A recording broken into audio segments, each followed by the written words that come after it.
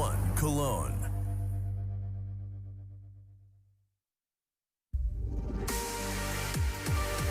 The best of threes of ESL One Cologne commence with Astralis taking Mirage. It was Cloud9's map pick, and coming into the second half of that first map, we started to see why. However, the vigilant Danish defense that we oh so talk about and oh so often did once again show up. A 13-2 half was just too much for the North Americans to overcome. To talk about it, I have YNK and Thorin, and I mean, this is a point we made in the pre-match, Duncan. I think it was you actually addressing the power of, well, the juxtaposition between Astralis' CT sides and those we've seen previously in the day, and we got it. 13 rounds. It was too much for NA to come back from. Yeah, and the way they did it, it wasn't just like everyone's fragging and it's just there's nothing you can do. All that Cloud9 was totally terrible. Like so many great team play moments from Astralis. Every retake, it seemed like whether advertently or inadvertently, it would be two people peeking onto one guy, and therefore the odds say you're going to win those battles out more and more and more. And then as a result, you saw like their confidence just look completely drained from the Cloud9 guys.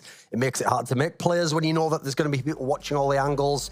Some of the rotations off, like you can tell the comms are so crisp from Astralis. Like I remember that round where Glave's just waiting for the guy to come through a smoke because he's heard the comm that like he was going near the balcony, can't be out of the balcony because someone's watching that. So he knows he only has one angle he needs to watch. You know, that's a luxury a lot of teams wish they could have. And so you can have shutout halves on someone else's map when you can do that. And Cloud9 weren't without their moments either, Yanko. I mean, there was a couple of examples just there in the replays where they did seem to have that strong retake and they did seem to have, you know, somewhat of a fight to be said. Were there any criticisms you had towards the way Cloud9 approached this map?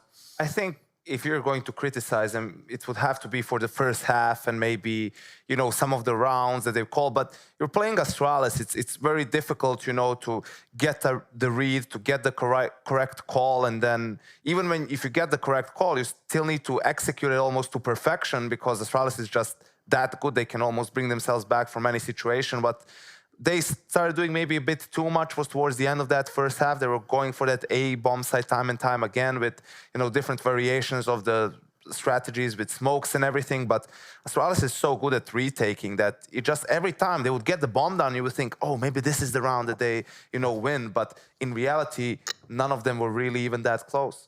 No, and I was actually, you know, having a conversation with you, Duncan, just while watching that Device's consistency is actually starting to become something that has to be addressed in not necessarily just matches like this, but I was watching just the consistent way in which he would always get the frag he needed. He was like 20-7. He doesn't die unless Astralis are very close to losing the round and then Zipnix is clutching something. If we're just pointing fingers, I think for now this is a realization moment for me that Device is someone that we need to be praising more in Astralis. I don't know if I personally guide the conversation there enough. Sure.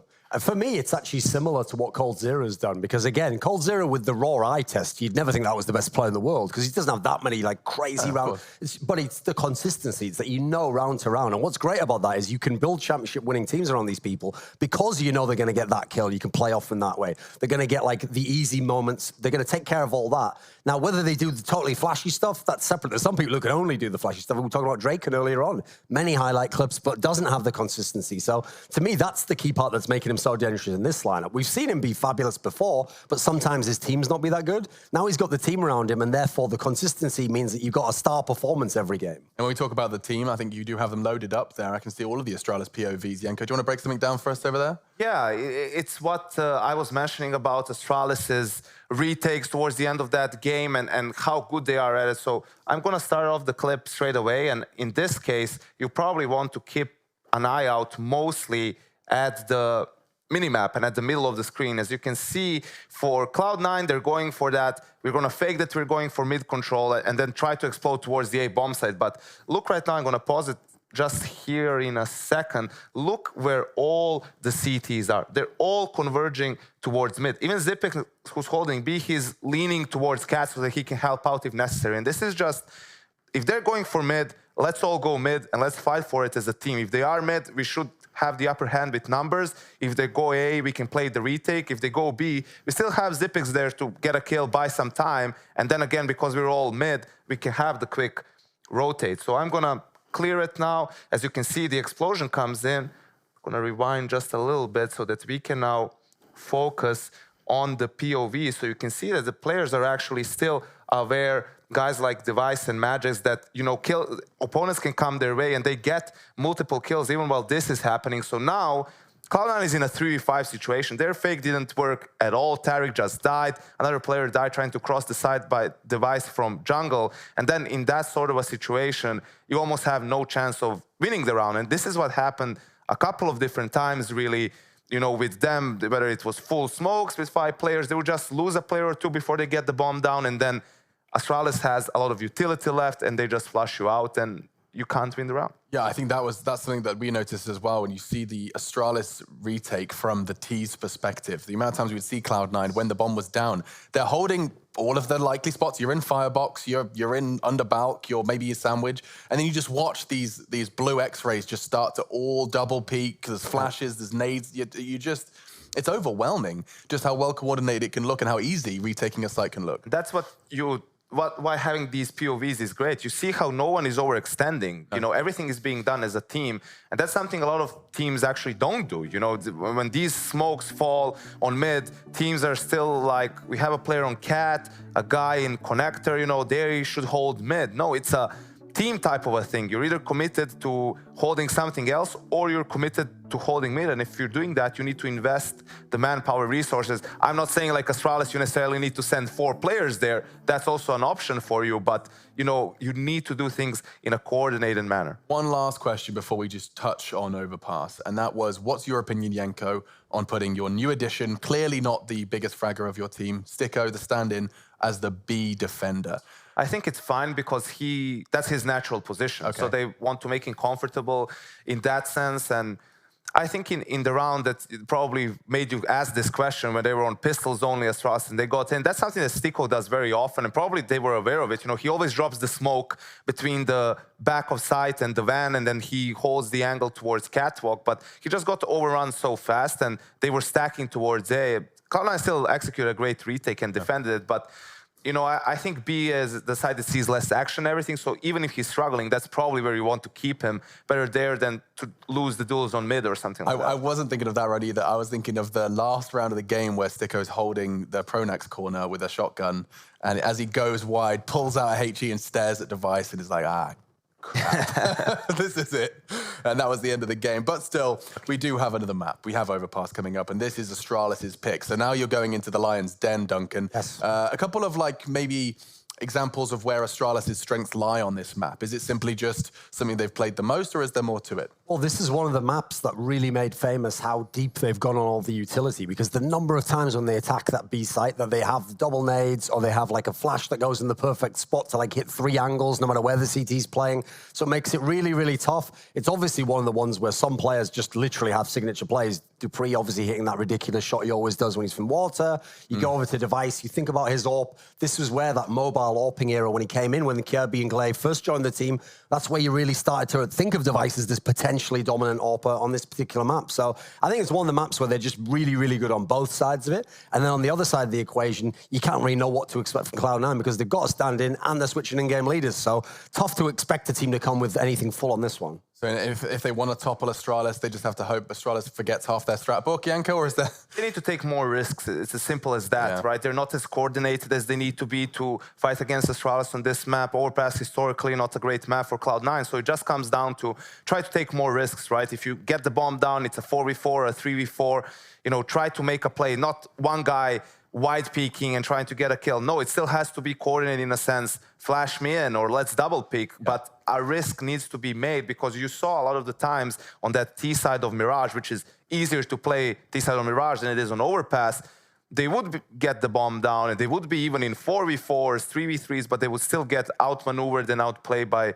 Astralis. So it sucks to say it, but you need to try to risk a bit more, play a bit more out of the box to have a chance here if you're Cloud9. It's not like Cloud9 are unfamiliar with that kind of play style, right, Duncan? I mean, this is kind of where some of their biggest successes came from. Was that more in your face and a little bit unpredictable? I mean, maybe go back to your roots. I believe it's Tarek's in-game leader now, right? I think you said that in an interview. I couldn't answer that. If so, anyway, it was Tarek that actually was the one who wanted to do the scrimmy style of play like you're talking about, because I remember I did an interview with Automatic and he'd actually said that at one point in time before they got Tarek, they thought, right, we're going to go to being all defaults and play properly. And they actually were trying to go away from that. But obviously, if you win a major doing that, you're going to kind of embrace it. And so they've got the right person to do it. Obviously, he had a fabulous game himself on Mirage there. You'd hope bringing in a stand-in, that can also make it a bit easier for him. You know, you don't have any set spot you're going to have to hold and then rely on comms that are kind of unusual. So I think it's the right approach to it. You can definitely do a lot of rushes on this map. It's just that you're playing the Masters of Overpass. You really are. Those stack nades are something to really look forward to.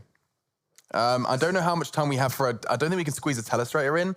I think we're just waiting for a couple of last players to ready, about 30 seconds or so. That's fine. I think in that case for Astralis, if anything, you should be looking forward to seeing if they have something else in store for us, right? And how they're going to look. I would tell people to keep an eye out on Device. His movement on this map, like on many others, is really impeccable. And the fact that he is always leading with least deaths per round in tournament statistics, being an AWPer, is pretty impressive. So keep an eye out how he moves and how that happens, really. Especially when he goes for aggressive peaks. The man doesn't die, but he's still fragging and he's still up in your face. Cloud9 versus Astralis. Map 2 is Overpass, and they're battling for a spot in the playoffs. Let's jump in.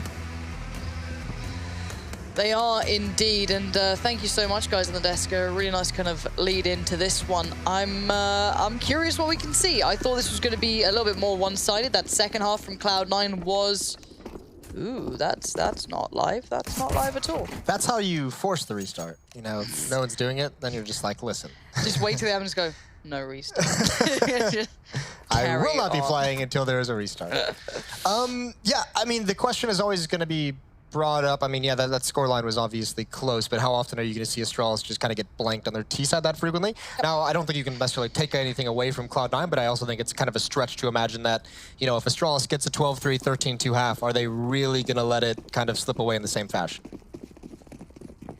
You'd hope not. I was going to say the answer is no. So far, just at least to be clear. Honest. Yeah. Beyond that, we are seeing Magisk being aggressive on his own. Xyp9x, Glaive, and Dupree will now prepare themselves. They got a good spot of players, or at least a player, maybe two. I'm not sure how much you saw there. Having a look down towards water, and the others are going to be playing through connector. So a heavy lean towards B. No information gathered for Cloud9 towards the A side of the map. So you'd imagine if they do want to take that, it's going to be a long road to go and try and grab it. So we'll see what they go for. I think the important thing to note is there's no information gathered by Astralis on the A side of the map. Magisk was halfway up bathrooms, peering in towards top stairs. Now he's back towards the bomb site. Now Devices just rotated back, but for a long time there, Astralis had 4 players committed to this B site, and Devices is going to be at a quick rotate. Smoke is going to go down on towards short, and they're already turning the corner. Astralis had no idea it was coming, but there's Xyp9x. He's going to hold on. He's going to get 2. Massive play from Xyp9x to control this site thus far, and he actually might be able to do more. He's taken one of the players, automatic incredibly low, but somehow Xyp9x is doing so well here. He basically saved his team in that round. Those 3 kills were integral, and he knows it. Look at that little smile on the face. He knows what he's done, because Cloud9 completely caught them off guard. They did not expect the timing, or whatever it was off. There was completely no preparation from Astralis then. It looked like Cloud9 was going to be able to swing right into that bomb site and take control of it. It looked like they had the corner turned, and unfortunately, Xyp9x just puts him down, and even going onto that, they get punished for trying to chase him down in towards water. Those last 2 players. The second kill is great. He's obviously just falling back. That's a little bit of luck on his side. Can't really do anything about that, but obviously, once they finally take him down, Tarek is far too exposed from above. Nice work from Astralis. Tarek is going to eat a nade. He's down very, very low, down to about 40 HP. Device and Magisk were aggressive. They're going to fall away and let the players defending the B bomb site be the aggressors. Glaive already has a very advanced position. Yeah, between Dupree and Glaive, they've cut this map pretty hard in half. And look at Device's spot too. Very nice for him. He's going to hear these steps as well, especially now. He's tempted. Magisk and Xyp9x are there. They're very, I guess, reactive at this point. They're not kind of just waiting. They are really playing off of what they're being given. And the timing on Device getting this information. All right, no one's here. They're backing away. How much more can I get out of this? All right, keep going. And he's just going to slowly work his way around this. Why not? He can call to Xyp9x. All right, get over back towards B. Okay, Magisk, you're free to go as well at this point. you can start making these calls that really help out, and he's going to have it all in front of him. 1, 2, 3, 4. They're probably all going to be his. He's still got a little bit more to go. 8 in the clip.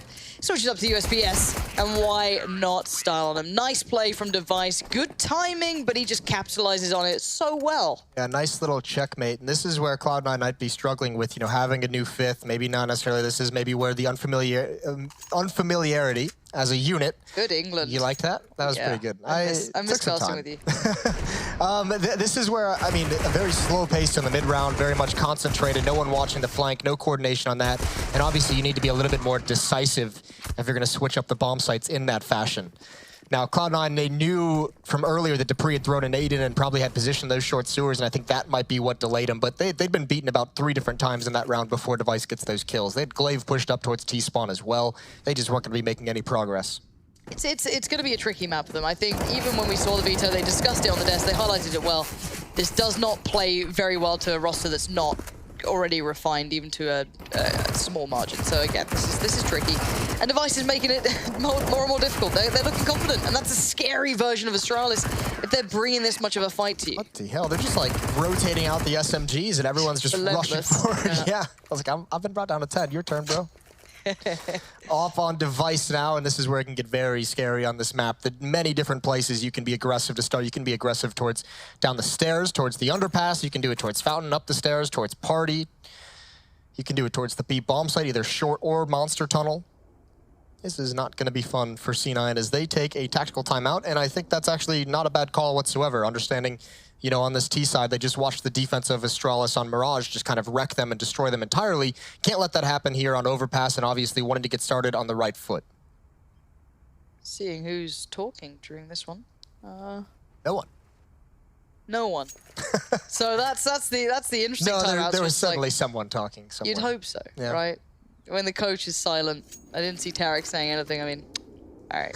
All right, cool. Just chill out. Yeah. But you can see as to why they'd want maybe a timeout. This is the first real shot of things as well. And this is the aggression we're talking about, the kind of pushing up on these situations. We are back live into the game, though, so the unpause came in. Hopefully whatever was being discussed has maybe found some footing in this round. Because Cloud9, just mentally, you want to get that round on the board. You don't want to be going into this, you know, kind of being put through paces. And whoever's nade or whatever that was, Glaive and Device just got sent packing.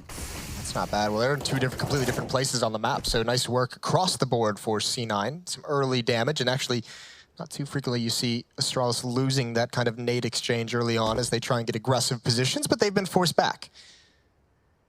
Cloud9 obviously has to know that Device is going to have an AWP. He got 4 kills with the SMG in the 2 rounds, and Automatic is getting aggressive towards Monster, but I think he might actually keep this as a pretty much a lurk, although as he sees no one, he's going to get more and more ballsy, and for the moment, Astralis has no idea this is coming.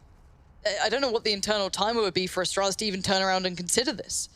Dupree's going to check down towards water and look down the back of Monster, not see anything. The timing is atrocious here. But I don't think Automatic spotted them out either. He should see Device now. He does get the shot. Now the issue becomes, what can Dupree do? He's kind of reversed the situation, but again, there might be a call of careful of short. I don't know who else is there.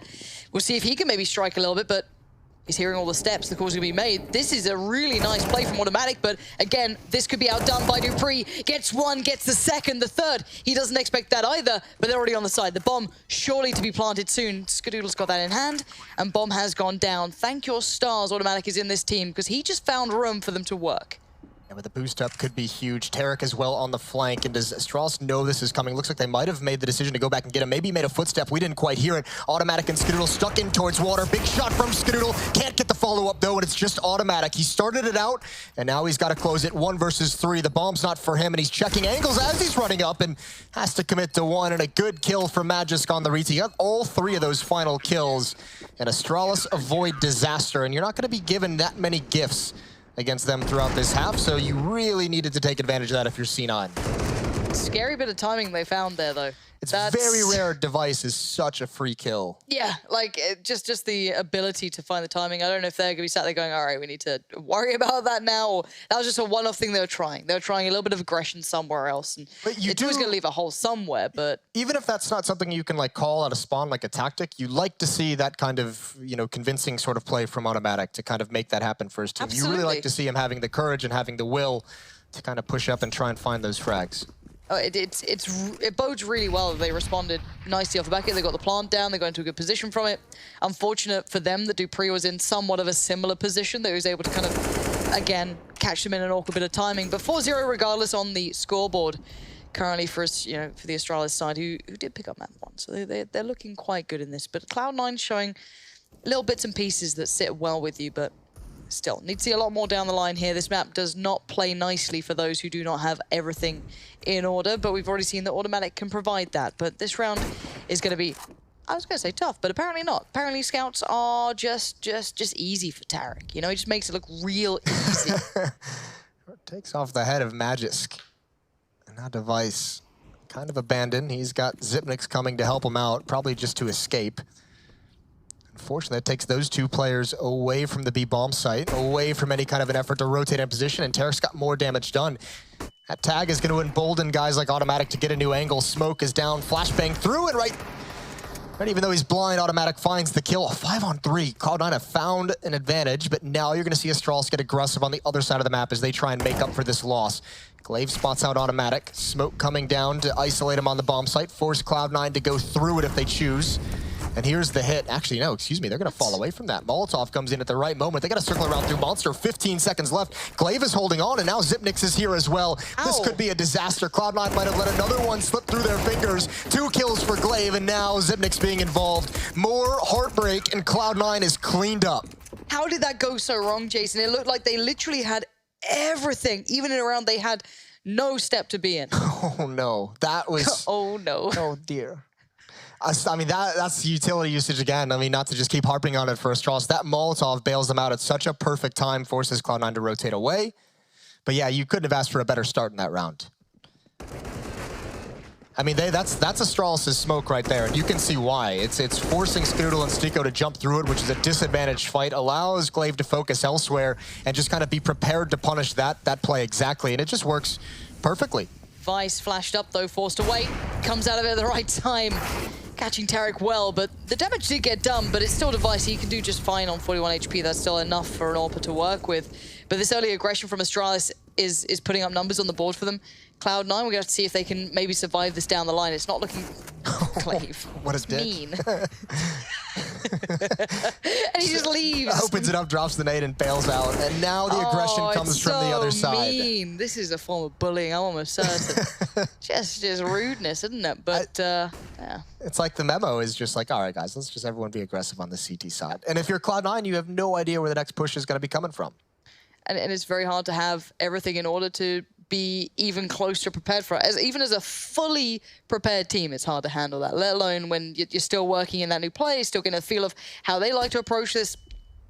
And Glaive is hearing a lot of what's coming his way. Now, how he plays it, well, you guessed it. Aggressive. Skadoodle, though, prepares himself. He's no stranger to this. Stico needs to bail him out here, and he does do exactly that. So, good work from Stico to create that opportune moment towards that A site, and Automatic's quite close to this as well. So this could be a bomb plant. This could be a bit of something. Good work from Automatic. Up and over we go, but Device a little quicker on the trigger, and there's Dupree joining in on the fun. It's all on Skadoodle in a 1v3. The bomb's in his favor, but the shot's not. Coming right through the smoke to grab that. 3 kills, and yeah, Glaive is pushed up and falls down, and Device waits patiently for his teammates to come in with the M4s to help him kind of get aggressive and start retaking that bomb site. 6-0.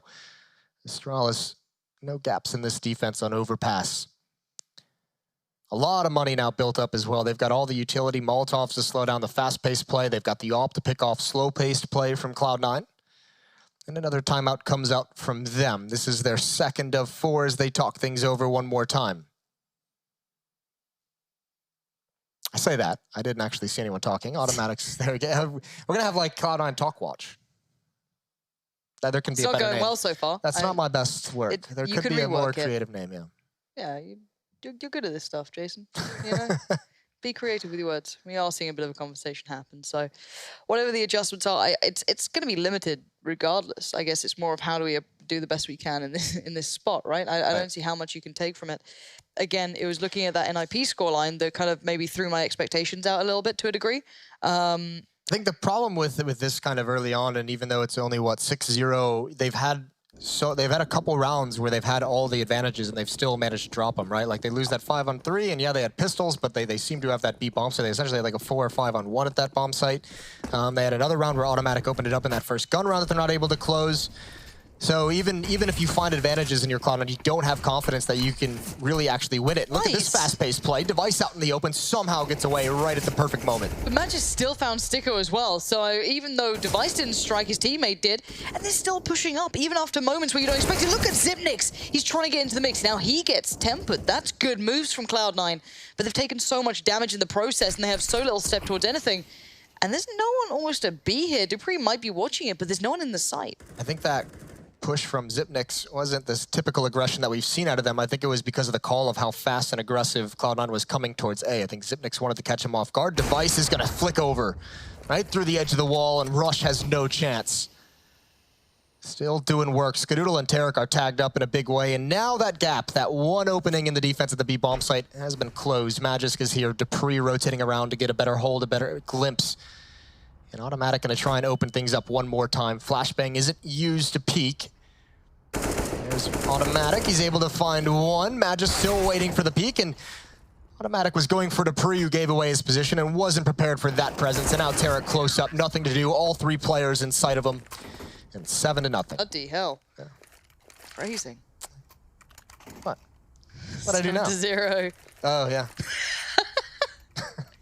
Look at the kills that are coming out. This isn't if you're Cloud9, 2 kills on Rush and Sticko combined, 2 kills on Skadoodle, 2 kills on Tarek. Just not enough frags going around. Even Automatic at 5 isn't anything to write home about at this stage in the game. No, and keeping in mind how great Tarek was for Cloud9 when they got going in the last map, he was huge for them. He was really putting up numbers, especially in those retake situations when he was bringing a lot towards it. But now we're not seeing that. Now we're not seeing that power, and it's a very suffocating approach from Astralis. This feels like the most aggressive I've ever seen.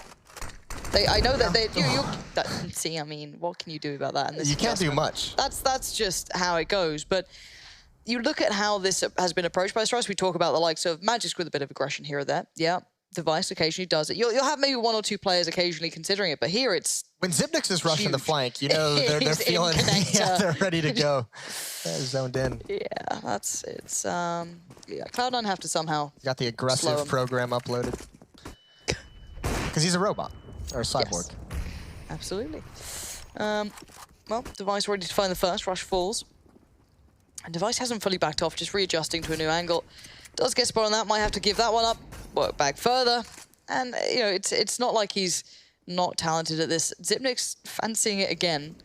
The thing is, at this sort of position for Zipnix, he can hold everything. Once that smoke dissipates, he's got complete vision on anything towards B. So it becomes very tricky for Cloud9 to find that room to work because you've got people like Device holding the other side of the map. It's just so cool. These past couple rounds you've seen between Device and Magisk, like the buddy system they're playing where Magisk bails them out of that player coming up the stairwell.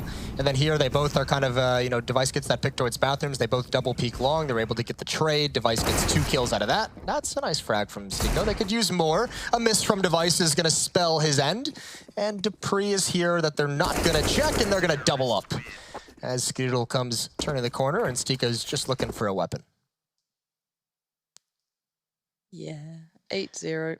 Did you ever play Nerf when you were younger? Nerf guns? Like Nerf Wars. The guns, yeah. Yeah. You know, like, did you ever have the friends who called the timeout when they ran out of ammo? No. Okay. No. They would. I did. Were they still your friend after? Like, I shot him anyway. You know? that's fair. I mean, listen, that's no not how it timeouts works. in Nerf, but that's what Sticko was doing. That was in my brain. That was it. Yeah, he was looking for little Nerf pellets for the Eagle Eye or the Secret Shot or something.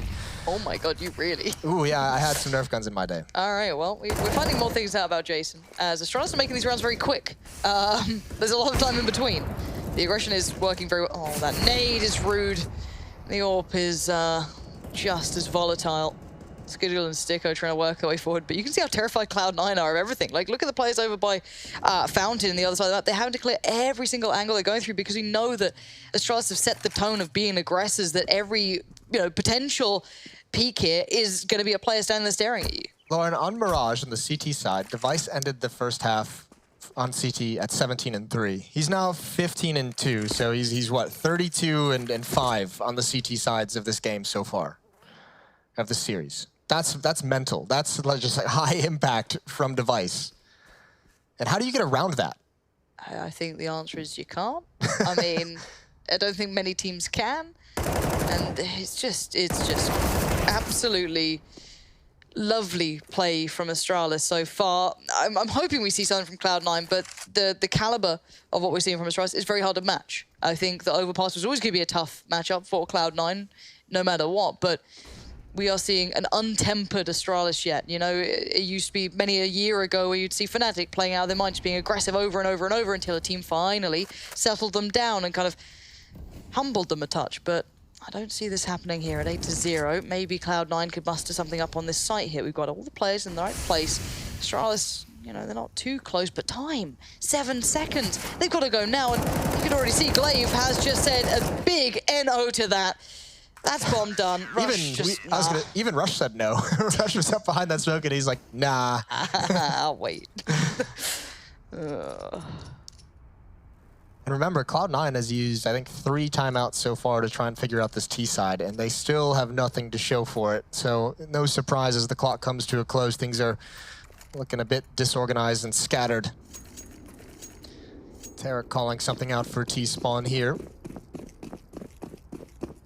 They buy around Rush, who ended with obviously not getting the losing bonus at $450, so he's able to buy some things, and now they're going to push right through Monster. Just a good old-fashioned B-rush, and even Glaive is prepared for this. Doesn't get the kills he wants initially, but he's found 2. So much damage. The nade and there it is. In.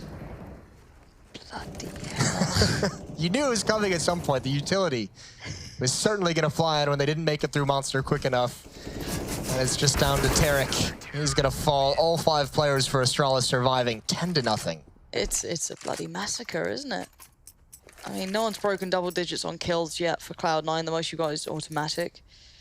The rest haven't gotten above 3. The ADR stats, I have to imagine, are not going to look great for C9 at halftime. I'm pretty sure Device has got more kills than the entirety of Cloud9 combined. You say pretty sure because you're not confident in your math, are you? Yep. You think I'm doing on-air math? You are correct, don't worry. Yeah. It's the same amount. Don't work with children, animals. I do both when I work with Counter-Strike casters, but, you know, counting. Wait, which one is the animal? I'm not defining that. Speaking of animals, Magisk tearing them limb from limb here. It's feeding time apparently, and Tarek does at least fight back, but only so long. It's very, very mean watching this. I want to leave Cloud9 some dignity. Don't do that. There's only one way to learn, Lauren. That's to get absolutely demolished. They're having way too much fun. Stop smiling. Yeah, Zipnix knows. He's listening. Yeah, and well, this is one of those games that Cloud9 will not want to remember. It doesn't look... See, you looked at Mirage, you saw the kind of redeeming factors to a degree for Cloud9. When things were going well, you had some people turning up frag-wise. We saw that switch of the half was really nice for them. But well, I don't think we've seen that here. I mean, again, if we're going to mention the score of Device on the CT side, or I brought it up across the 2 maps so far. If you look at the score of Cloud9 across 2 maps on the T side, they've won 2 rounds so far on all their terrorist rounds. That's just not good enough, and that's the thing. Even though they did look good in that second half, it came from the defensive side, and you know, we kind of brought it up, or I brought it up at the beginning of this game, is just if that happens again, is Astralis really going to let a second half slip out of their control in that fashion to make the game close?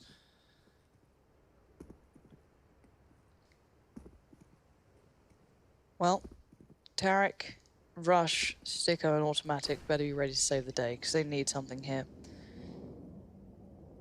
Playing at this sort of deficit round-wise is tricky, to say the very least. And Device still on an angle like this catches a hell of a lot of damage towards Sticko. Only 2 HP left on him.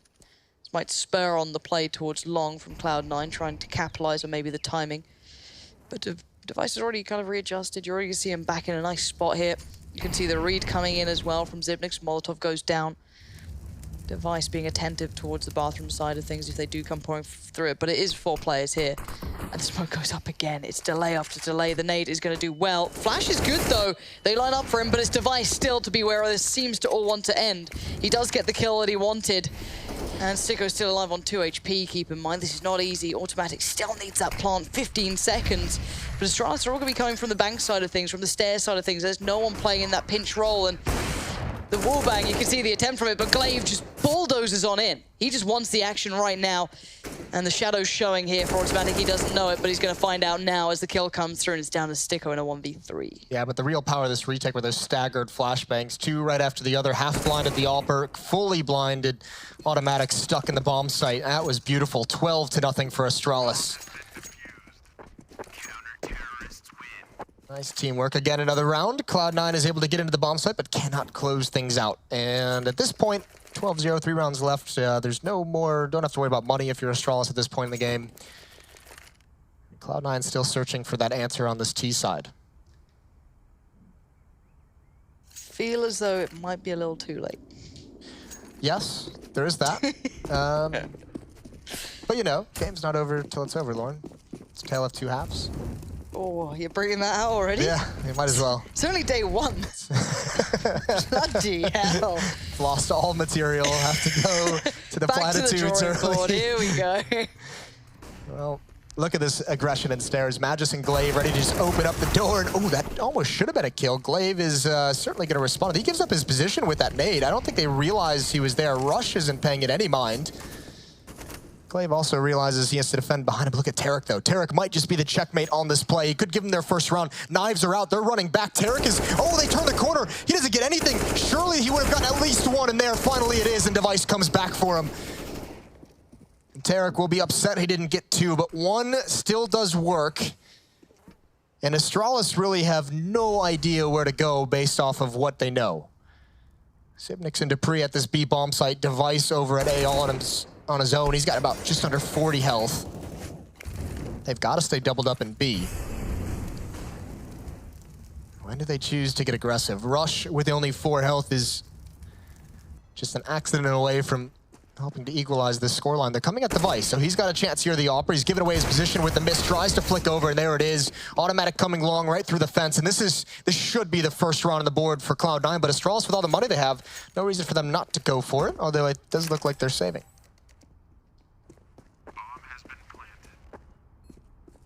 Yeah. All right. Cloud9, here we go. I mean, I don't know. It's a long old road, isn't it? 12-1. Don't go towards the light. They've gone all the way around. I mean, this is them like saying, like I said, they could have gone for this round if they wanted. The money doesn't matter. There's no losing the reason weapons. not to. Yeah, they're thinking more, we'll just take 2 or 3 guns away right at the end, and instead of worrying about us going for it, we'll just take all their cash away and get an easier time in the next round. That's not going to happen. They both fall. Cloud9 have done it. 1 round on the board. 3 would be a window of opportunity they could work with at the very least. Not much of one.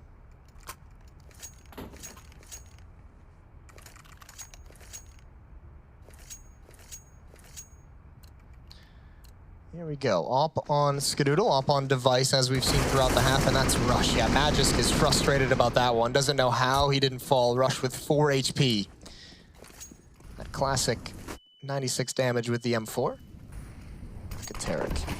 Close up behind the smoke. They're doing a 4-1 strategy, and again, aggression towards short sewers, but also Dupree waiting out towards Monster. They try and burst through. They knew Glaive was getting aggressive. They thought they'd take advantage of it. They thought perhaps 2 players were there, so no one would be at Monster, and they were obviously very wrong. Yeah, bit of a disaster in that round. It was looking good. It looked like maybe... Oh, God. Device, scary man. Magisk by his side. Just not looking like they want to be moved here. And Skadoodle Automatic. You look at the options available, you have Skadoodle. And that's about it. Automatic's got 1 HP. Jason, he's a good player. You know, he's a very good player, very talented young man. I mean, for someone like him, 1 HP is just a handicap. It's just kind of evening the board for everyone else. How's he been? Let's see how he's been doing. Oh, well, here we go, Jason. This is it. Walk in the park. Something must have bugged out there because it didn't go his way. It's 13-1. It's drastic. It's pretty tricky. And Dupree already started this off very well with damage and control coming through on Monster. You can't even blame Cloud9 for trying something simple like that either. At this point, you know, they've taken the 3 timeouts. Actually, they've taken all... no, they've taken 3. But, I mean, they just haven't been able to figure anything out consistently. And, I mean, you know, at this point, you're kind of reaching so deep into the playbook. You have a stand-in.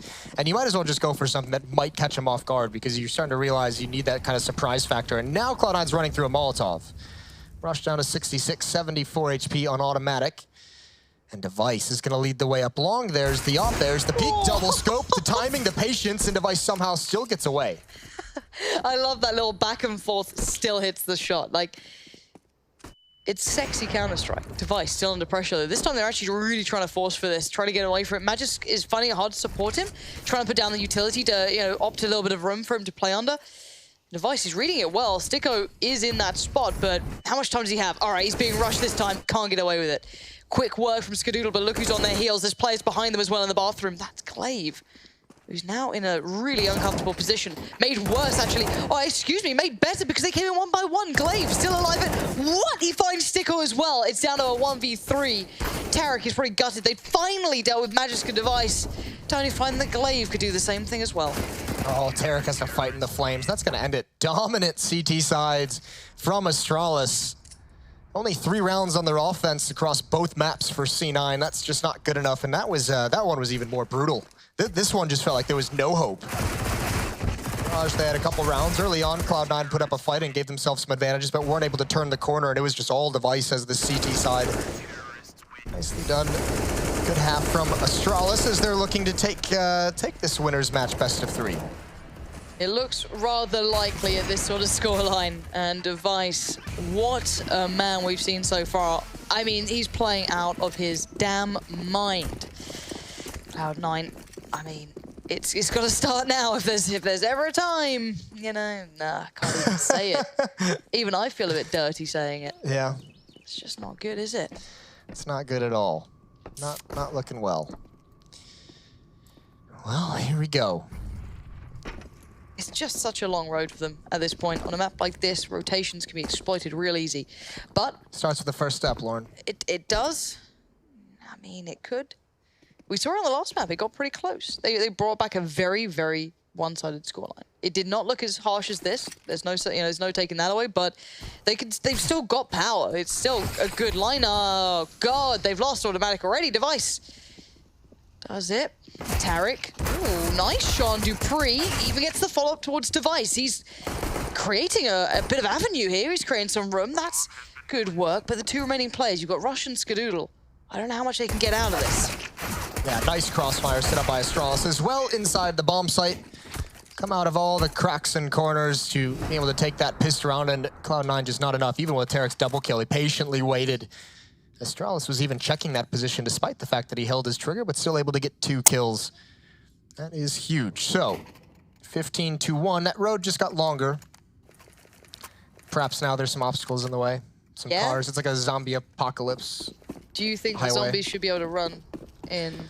No. The zombies don't run. They don't run. Okay. I just want, like, some people are into the running zombies? That's like the, what, 28 days later? Yeah, but they're infected, right? Okay, so anyway. They weren't zombies, they were just... yeah. Gotcha. Well, Dupree's on the run. Didn't go very well. You know, Skadoodle's on our side here, but Zipnix has a bit of a go down Monster, and that was a shot on Tarek as well.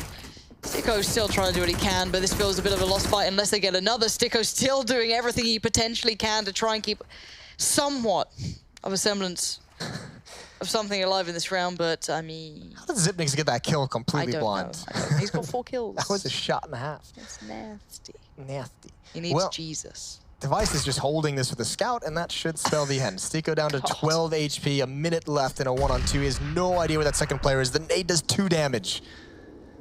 And now he's just got to hold his ground for so much time. Glaive.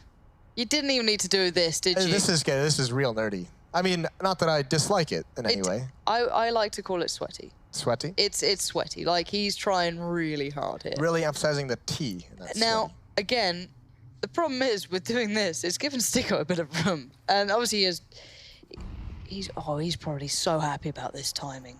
Oh, and then they spotted him. Oh dear, it's all over. 16-1 Astralis. domination from start to finish. Map 1 may have looked better on this if you looked at it just at scoreline alone, but you watched those rounds, Astralis came into the second map and proved it again and again. I mean, the Overpass was such a tall task. They talked about it on the desk. It was just going to be so difficult for a team like Cloud9 to be able to come into this and kind of have an idea of how to take out Astralis. And just the defensive sides are just so dominant from Astralis. How do you get around that?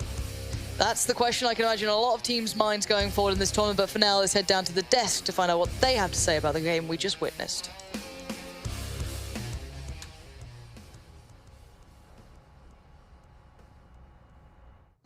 Thank you very much, Lauren. Yes, indeed. There isn't that much to be said, actually, when you frame it in the way that Astralis were playing their map versus a team that have a stand-in as, you know, a roster that has been, what, unbeaten, and we said 17 out of 18 maps offline, back to back to back, and the list continues here in this best of 3-2 Swift maps Mirage. We're not going to have Yanko just break down every round with the tell us straight exactly what happened. I was all hoping POVs. Yeah, in fact, yeah, let's just run with do that. the game again. Let's start up again. Yeah, It's not going to take us long. We definitely have time for it. Yeah. So. It would take us 20 minutes. Yeah, but there's a little bit of analysis that can be done, and the problem for obviously Cloud9 would have needed a pistol or something along those lines, but early on in some of the gun rounds, you still saw them trying to take those risks, right? Mostly automatic. There was that round where he sneaked through Monster, right? I mean, that's not going to happen very often. A guy just trying to crouch his way out of Monster and go all the way.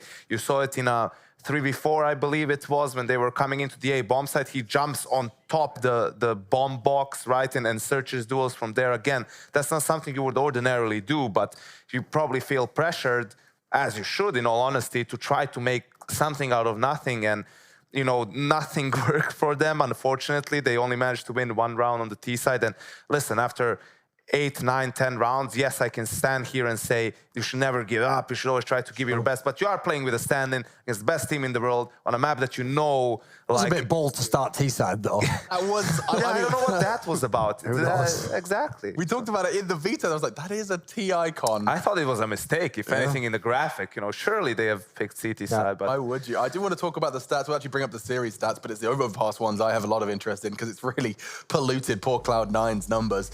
We have 7 for Tarek at the top of the scoreboard. But he did have like 29 kills in the first map. Exactly. And it's 7, 6, 6, 4. I mean, they didn't break double digits across the board, and these are dominations that I don't know if you're going to, correct me if I'm wrong, I don't know if we would ever justify a team like Cloud9 with a world ranking like Cloud9's to be conceding a 16-1 to Astralis. Or is it, do they get the pass because it's Astralis?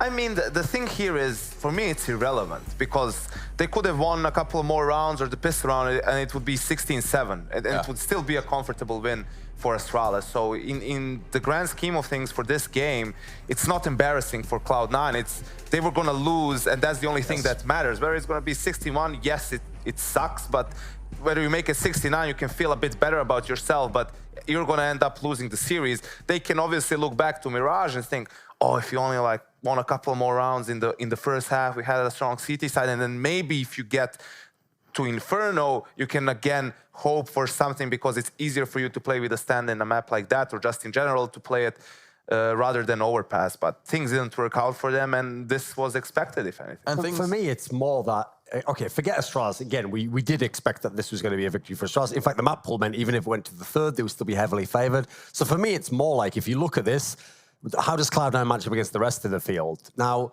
the Mirage game they played here, not bad. The game against NIP obviously had some pretty good rounds in it. They look like they're going to do better than we probably expected coming into the tournament with Sticker, with the whole in-game leader situation. The problem is, are they really like a threat to do deep damage in the tournament? I don't really know that they are, to be honest. Like, I look at their squad, it's kind of a mess, you know. I don't really know where the star firepower is going to come from. I mean, we can map pool's a bit dodgy. We can theorycraft it. I mean, Ents are in the lower bracket round 2, so that'll be the next opponent. And then you've got Na'Vi likely going to be your opponent in that last lower bracket game. I mean, it's a conversation to be had. I just received word, though, that Trace has managed to find himself an interview. So he's here. Yeah. He's in the building, right? Yes, he's actually hanging out at the hotel with the players. He's grabbed a device. Let's check in with him. Yes, indeed. Thank you, Mr. Richardson. I'm standing here with a device that has put the pain down on Cloud9. Wasn't pretty on Overpass, quite a bit closer on Mirage. Let's kick it off with a little bit of Mirage talk here. Yeah, sure. So we knew that it was going to be Mirage or Inferno that they were going to pick, and yeah, we got to good start on the CT side, and we felt pretty comfortable going into this to T side, but they stacked right in the pistol round, and our intuition was kind of off, so we didn't get the revenge frags, and we were really slow when we had to execute and so on. But yeah, we clinched it out in the end. It seemed like you guys favored that sort of B side of the map a little bit, and I mean, we did see Stiko playing over there. Was that sort of calculated? Did you say, hey, like, we're going to target this and perhaps exploit the fact that he's playing over here? So we only saw one game with Stiko, and that was the game that they won against NIP. So we knew that they mirrored FNS's play, so we just thought that they were going to do the same on all the other maps, and that's what they pretty much did. And we knew when they played double up, he wanted to peek deep into B house. So we got a few openings on that. But other than that, we didn't really focus too much about Stiko's play style. I think he's a really great player, and I think that they can get good with him.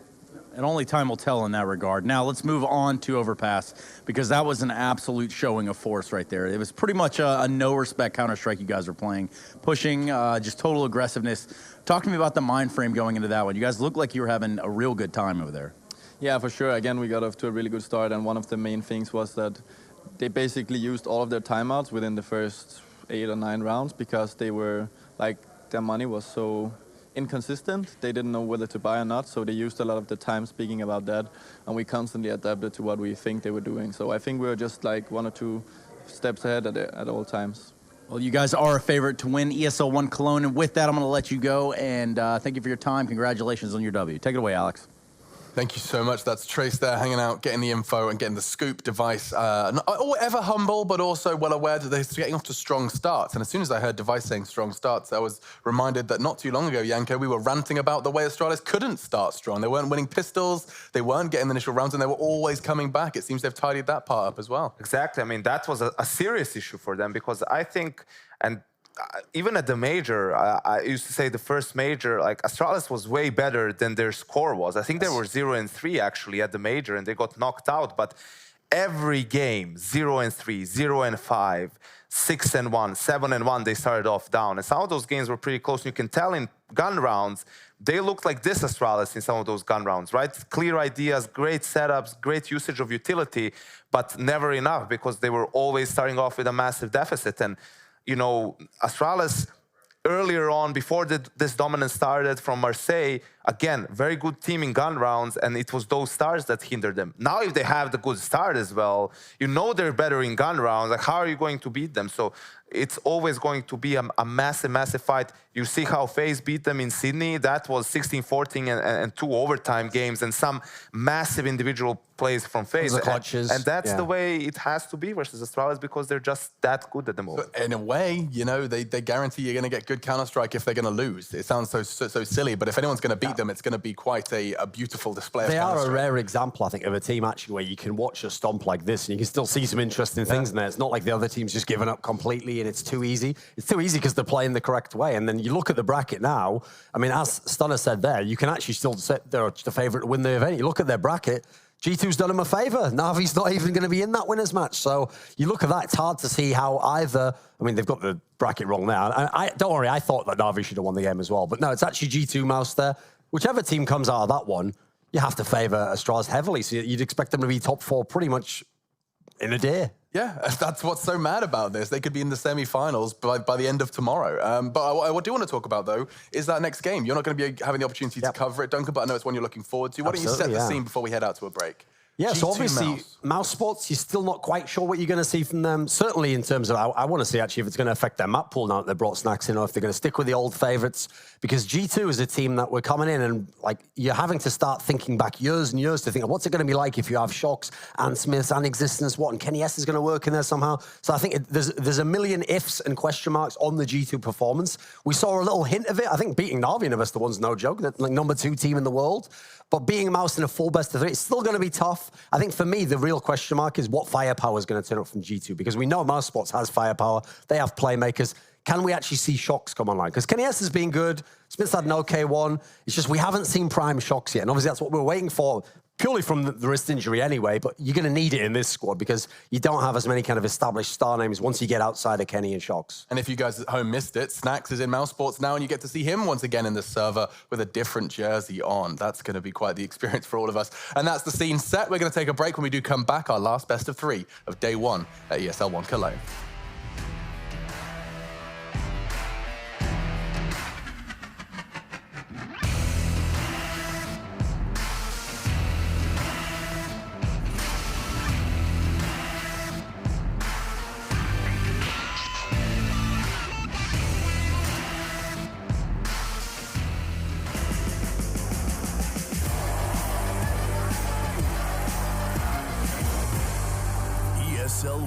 Cologne.